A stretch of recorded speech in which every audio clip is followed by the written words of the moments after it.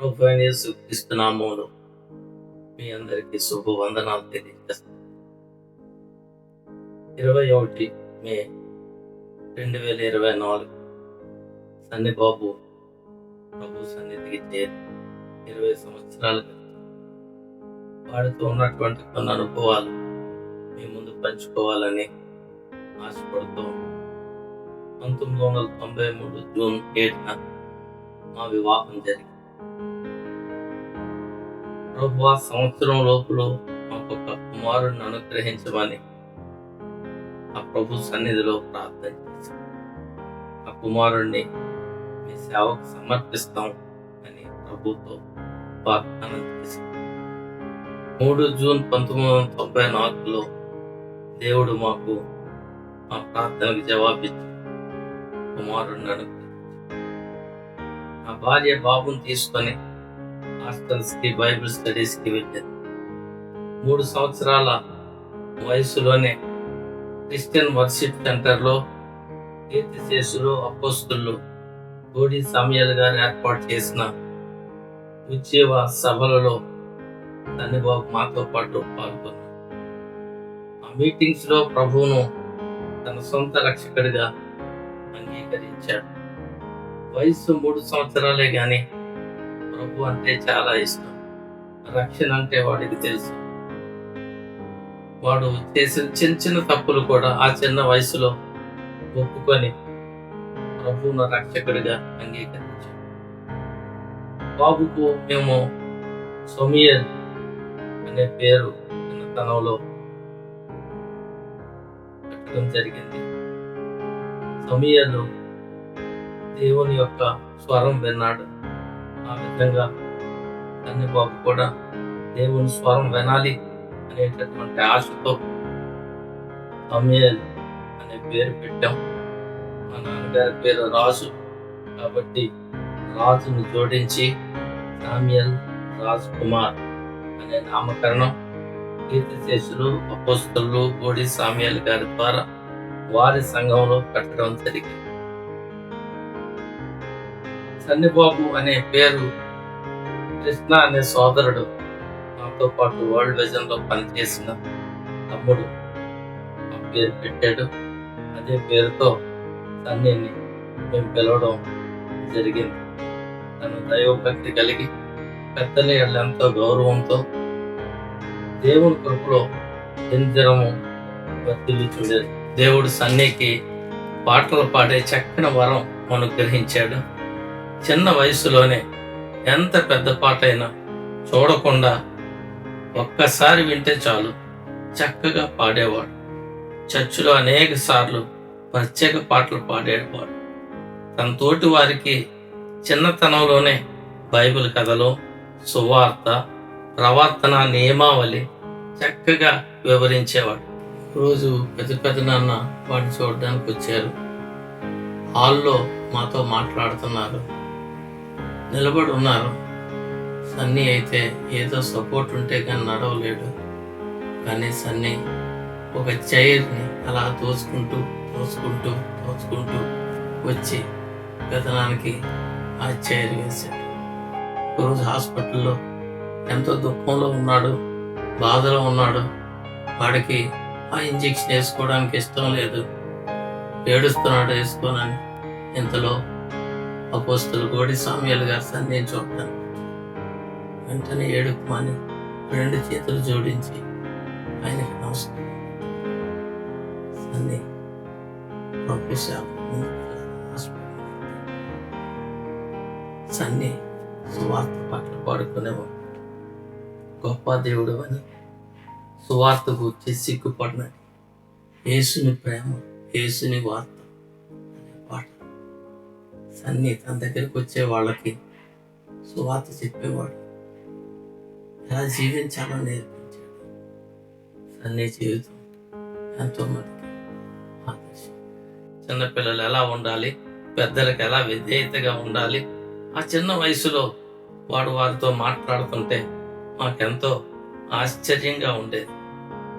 7 సంవత్సరాల ప్రాయంలో తలనొప్పి ఎక్కువగా రావటం వల్ల విశాఖపట్నంలో చూపించగా బ్రెయిన్ ట్యూమర్ ఉంది అని తెలిసింది.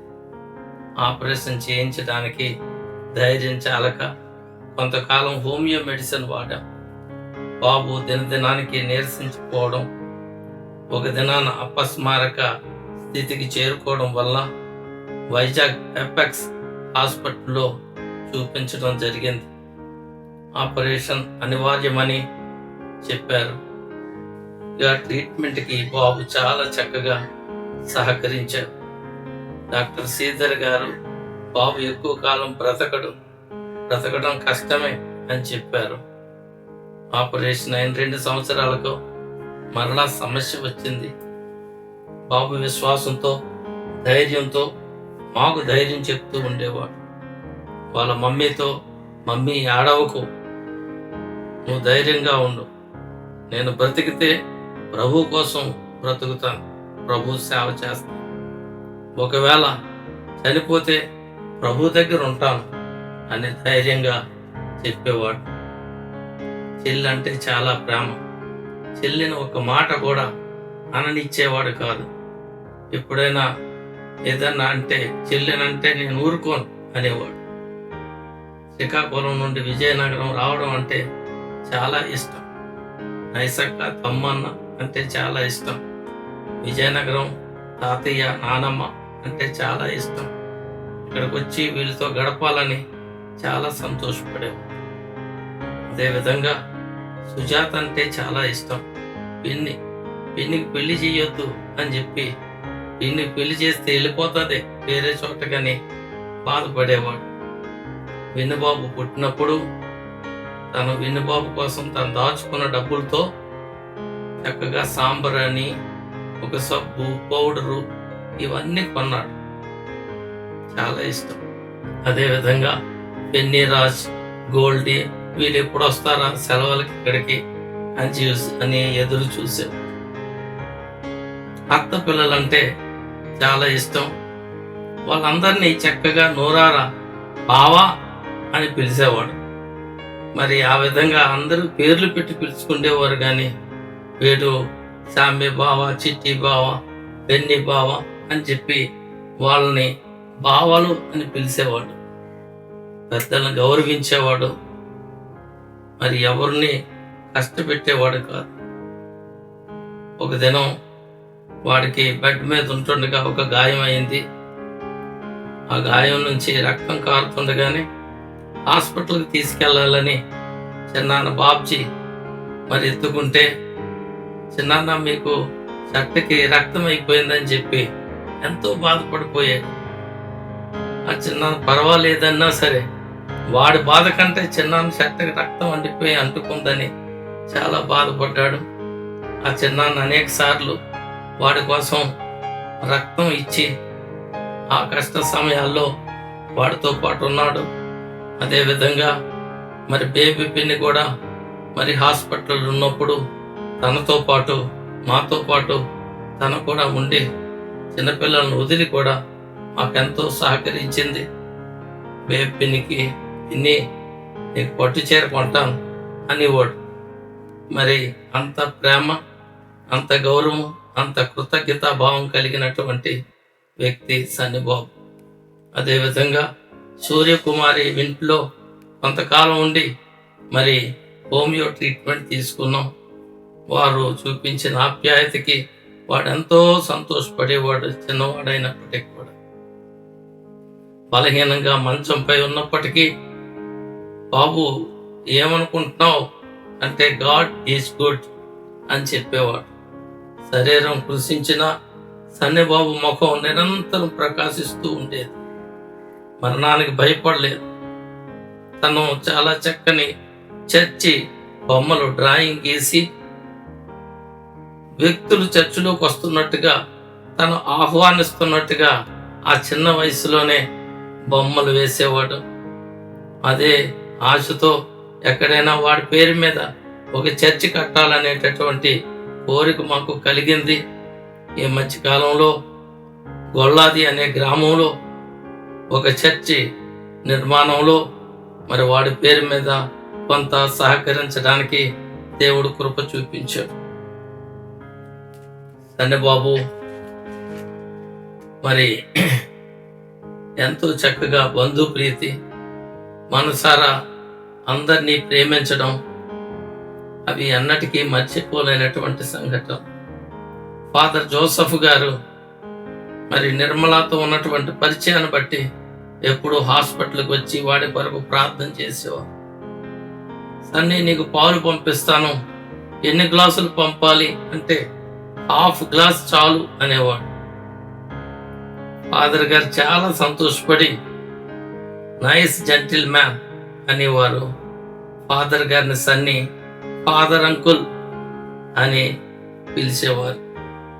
చిన్నప్పుడు రాజుగారికి 7 కొడుకులు కూడా వేటకెళ్ళారు, 7 చేపలు తెచ్చారని తాతయ్య జోసఫ్ గారు చెప్తుంటే, రాజుగారి కొడుకులు ఏడు తాతయ్య, వేటకెళ్ళి చేపలు వేటాడటం ఏడు తాతయ్య అని అడిగేవాడు. అంత చిన్న వయసులో అంత ఇంటలెక్చువల్గా మాట్లాడేవాడు. బెస్సి బ్యూలాలు సన్నీ ఇక్కడ మంచం మీద మరి బయటికి వెళ్ళి ఆడుకోలేనటువంటి పరిస్థితుల్లో ఉన్నప్పుడు వారు ఇక్కడికి వచ్చి వాడితో పాటు కొంత సమయం గడిపి ఆడుకొని వాడిని కంఫర్ట్ చేసేవారు.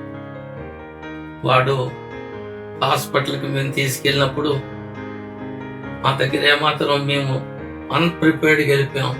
ఆ టైంలో రఘుబాబు గారు వెంటనే ఫోన్ చేయగానే ఇమీడియట్లీ 10,000 రూపాయలు పంపించారు. ఆ విధంగా ఈజిఎఫ్ గ్రాడ్యుయేట్స్ ఆయా టైమ్స్లో అవసరతను బట్టి మా కొరకు ప్రార్థించారు, మమ్మల్ని కంఫర్ట్ చేశారు, మాకు సహాయపడ్డారు. సన్నిబాబు మరి 21/5/2004లో తుది శ్వాస విడిచాడు. ప్రభు సన్నిధికి చేరుకున్నాడు. అందరి హృదయాల్లో ఇంకా సజీవంగా ఉన్నాడు. ఆ సమయంలో రాజేంద్ర ప్రసాద్ మాతో పాటుండి హాస్పిటల్లో మాకెంతో సహాయపడ్డాడు. గవర్నమెంట్ హాస్పిటల్లో సిస్టర్ రాజలక్ష్మి గారి ఆధ్వర్యంలో స్టాఫ్ అంతా కూడా ఎంతో సహకరించి మాకు తోడ్పడ్డారు. ఈ విధంగా మరి మా చెల్లి జూలీ, దీవెన గ్రేస్ ఏ టైం అయితే ఆ టైంకి వచ్చి బాబుకి అటెండ్ అయ్యేది. కొంతమందికి మరి నరం దొరక్క చాలా ఇబ్బంది పడేవారు క్యాండిలా పెట్టడానికి. ఓన్లీ జూలియే దానికి మరి చాలా ఎఫెక్టివ్గా తను ఆ విధంగా మాకు సహకరించింది. ఆ క్యాండిలా పెట్టి మరి హాస్పిటల్ స్టాఫ్ అంతా కూడా ఎంతో సహకరించారు. ఎలీషా పాస్ట్ గారు ప్రతిరోజు మా దగ్గరకు వచ్చి ఇంటిలో సంఘంలో చాలా ప్రార్థనలు నిర్వహించి మమ్మల్ని బలపరిచారు. అనేక మంది దైవజనుల యొక్క ప్రోత్సాహం మాతో కూడా ఉంది. వారు మమ్మల్ని బలపరిచారు, మా కొరకు ప్రార్థించారు. అందరికీ కూడా ధన్యవాదాలు. బాబు చనిపోయిన రోజు రవిబాబు గారికి ఫోన్ చేయగానే ఆ బాడీని ఇంటికి తీసుకెళ్ళడానికి వారి కారును పంపించారు. ఈ విధంగా ఎంతో మంది అనురాధక కొంతకాలం అనారోగ్యంగా ఉన్న పరిస్థితుల్లో వాళ్ళ ఇంటికి తీసుకెళ్ళి కొన్ని రోజులు వాళ్ళ ఇంట్లో ఉంచుకొని కొంతమంది సేవకులను పిలిపించి వారితో ప్రార్థన చేయించి మమ్మల్ని ఎంతో ధైర్యపరిచారు. మేము విశాఖపట్నం బాబుని తీసుకుని వెళ్ళినప్పుడు రమ్యరాజన్న, శాంతక్క మాకెంతో సహాయపడ్డారు.